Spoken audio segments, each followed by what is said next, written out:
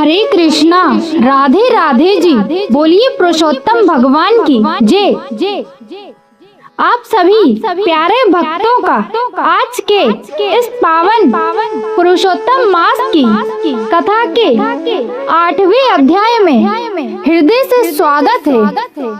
भक्तों, पिछले अध्याय में हमने सुना था कि संतान की चिंता में डूबे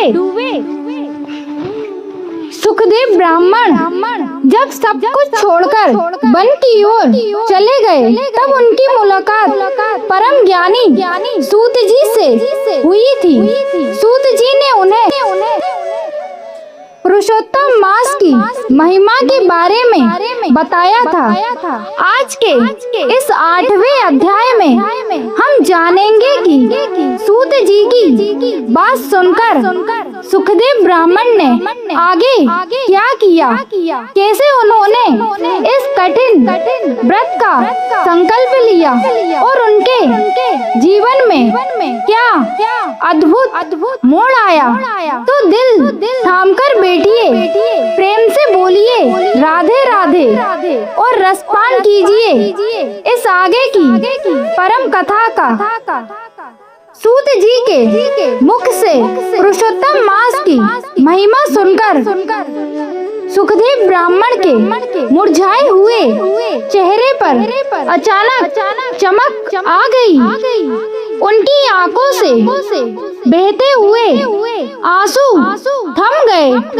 उन्होंने सूत जी के चरणों में साष्टांग दंडवत प्रणाम किया और हाथ जोड़कर बोले, हे मुनि श्रेष्ठ, हे दयानिधि, आपकी वाणी मेरे कानों में अमृत घोल रही है।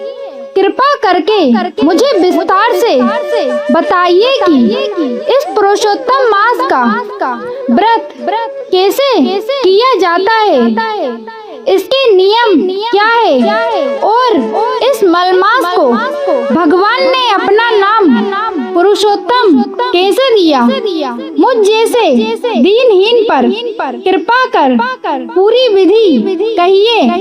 प्यारे भक्तों, जब जीवन में सच्चा मार्गदर्शक मिल जाता है तो भटकती हुई आत्मा को किनारा मिल जाता है। बोलिए हरे कृष्णा। सूत जी ने सुखदेव जी को अपने पास बिठाया और कहा, हे सुखदेव, ध्यान पूर्वक सुनो। ये व्रत साधारण नहीं है, ये सभी व्रतों का राजा है। इस मास में जो भी भक्त सूर्योदय से पूर्व उठकर पवित्र नदी या सरोवर में स्नान करता है, भगवान विष्णु के पुरुषोत्तम स्वरूप का पूजन करता है, वह सब पापों से मुक्त हो जाता है। सूत जी आगे बोले, इस पूरे महीने भक्त को भूमि पर सोना चाहिए।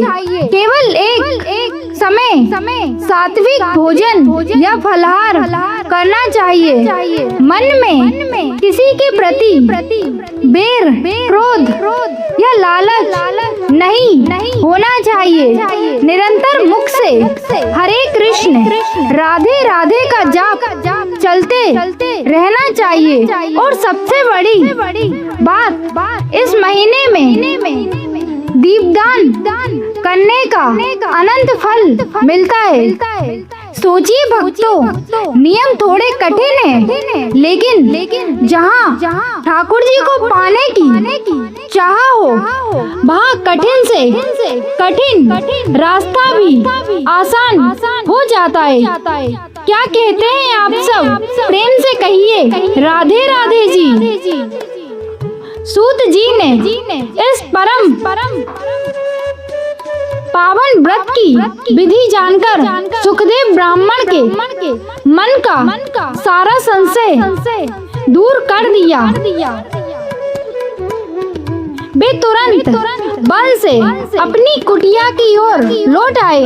वहाँ उनकी पत्नी गौतमी चिंता में घुली जा रही थी। जैसे ही सुखदेव जी कुटिया में पहुँचे, उनके चेहरे पर एक दिव्य संतोष था।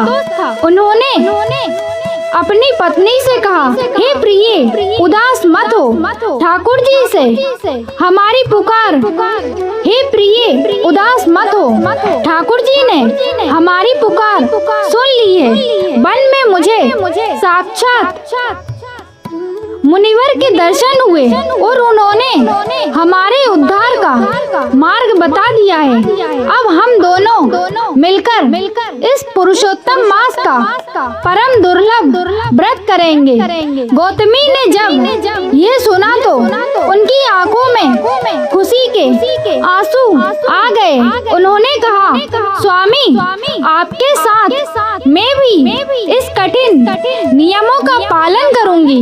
हमारे भाग्य में संतान हो या ना हो, लेकिन हम पुरुषोत्तम भगवान की शरण में जरूर जाएंगे।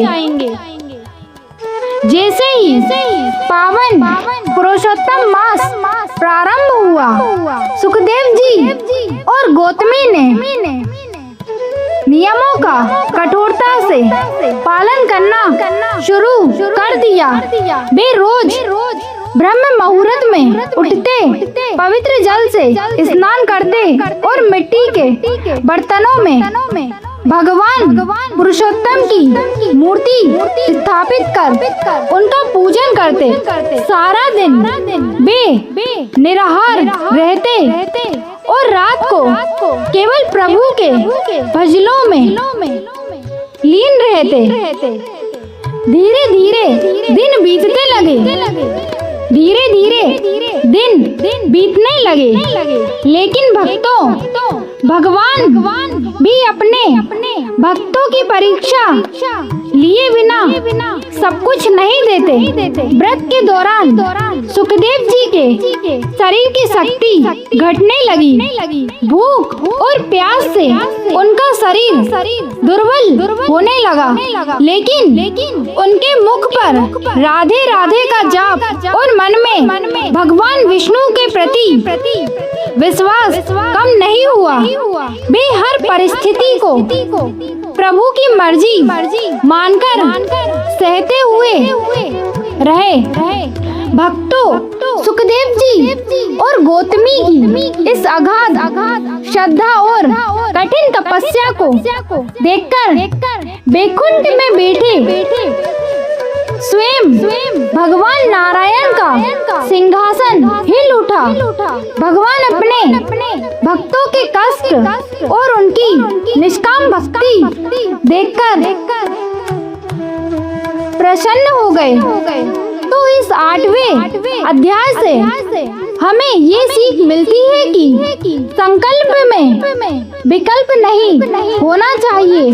अगर एक बार भगवान का हाथ थाम लिया और व्रत का संकल्प कर लिया तो फिर पीछे मुड़कर नहीं देखना चाहिए, चाहे कितनी भी मुश्किलें आए। अब सुखदेव जी की इस कठिन तपस्या से प्रसन्न होकर भगवान विष्णु बैकुंठ से कैसे प्रकट हुए, उन्होंने सुखदेव जी को क्या वरदान दिया और सुखदेव जी के जीवन का सूनापन कैसे दूर हुआ, ये सब हम श्रवण करेंगे अगले यानी 9वें अध्याय में। राधे राधे जी। आज की ये पावन और सुंदर कथा यही विराम लेती है। ठाकुर जी आप सभी की झोलियाँ खुशियों से भरे। आइए अंत में पूरे भाव से प्रभु का संकीर्तन करते हैं। हरे कृष्णा कृष्णा कृष्ण हरे हरे, हरे राम राम राम हरे हरे। बोलिए पुरुषोत्तम भगवान की जय। कल इसी समय फिर जुड़ेंगे। सुनेंगे 9वें अध्याय के साथ। तब तक के लिए सभी भक्तों को राधे राधे।